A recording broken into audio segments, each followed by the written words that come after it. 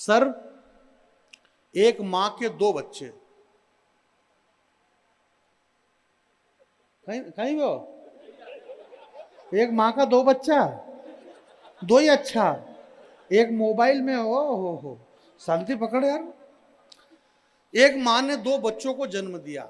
मां औरत नहीं थी, तोती थी। एक तोते के दो बच्चे हुए, अकस्मात आंधी तूफान आया, दोनों बिछड़ गए। एक डाकुओं के देश में चला गया, एक साधुओं के देश में चला गया। मुकेश भाई, एक नई बात बता रहा हूं मैं आपको। दोनों तोते बिछड़ गए भाटी जी, एक डाकुओं के देश में, एक साधुओं के देश में चला गया। उस देश का राजा जब शिकार करने के लिए गया, भूख लगी, प्यास लगी, तो वो उन डाकुओं के देश में जब उसने प्रवेश किया तो एक तोता ऊपर से उड़ रहा, और वो उड़ता हुआ तोता अपनी भाषा में बोल रहा था, जैसे कि दिनेश, हमारे दिनेश देसी घी कन्नड़ भाषा में बोल रहे थे। एड कुल आप दे एड कुल। वो तोता अपनी भाषा में बोलने लगा कि धनुर्धारियों किधर हो, जल्दी आओ, मालदार आदमी है, रत्न मुकुट छीन लो, लाश को पत्ते में ढक देना, किसी को भी पता नहीं चलेगा। जल्दी आओ धनुर्धारियों, कहां गए, लाश को पत्ते में ढक देना, रत्नहार मुकुट सब छीन लो। राजा का दिमाग खराब हो गया, बोले ये तोता मनुष्य की भाषा में ऐसे कैसे बोल रहा है। वह राजा वहां से भागा, एक साधु के आश्रम में गया। जैसे ही आश्रम में घुसा, एक तोते ने कहा, हे राजन, आपका इस तपोवन में स्वागत है, शीतल जल ग्रहण करिए।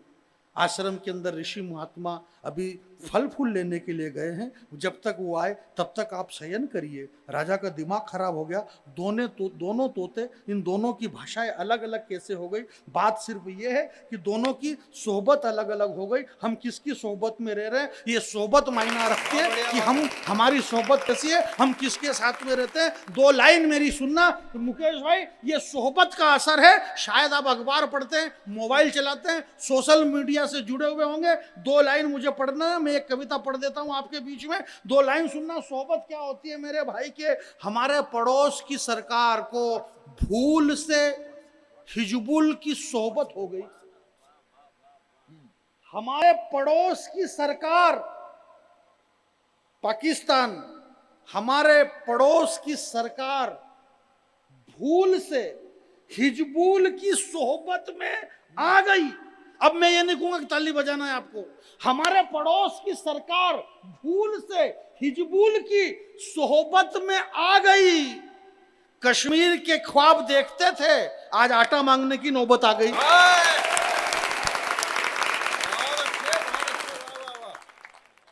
और ऐश्वर्या राय, युक्ता मुखी, लारा दत्ता, प्रियंका चोपड़ा, क्या गजब का बनाया मालिक ने तुम्हारा थोबड़ा। तुम सबके सब विश्व सुंदरी का खिताब जीती। सही सही बताना तुम्हारे साथ क्या क्या बीती। विश्व सुंदरी बनने के लिए जमाने से जूझना पड़ता है, और विश्व सुंदरी बनने के लिए धधकते अंगारों पे कूदना पड़ता है। विश्व सुंदरी तो वो चित्तौड़ की महारानी पद्मिनी थी, जिसकी सुंदरता के आगे आईना तक टूट गया था। और तुम काई की विश्व सुंदरी हो, तुम तो विदेशी कंपनियों के इशारे पे नाचने वाली बंदरी हो। और दौर चला जब संस्कार और संस्कृति को पैरों तले रोनने का, तो मैंने पत्नी से कहा कि एक काम करो, तुम भी इस प्रतियोगिता में ट्राई करो। पत्नी ने कहा कि मुझे तो इस बात का होता है कष्ट, विश्व सुंदरी यानी जिसके शरीर पे सबसे कम कपड़े वो फर्स्ट। इसलिए इस देश को विश्व सुंदरी प्रतियोगिता के लिए करोड़ों रुपया नहीं खोना चाहिए, और देश में विश्व सुंदरी की जगह झांसी की रानी बनाने की प्रतियोगिता होना चाहिए।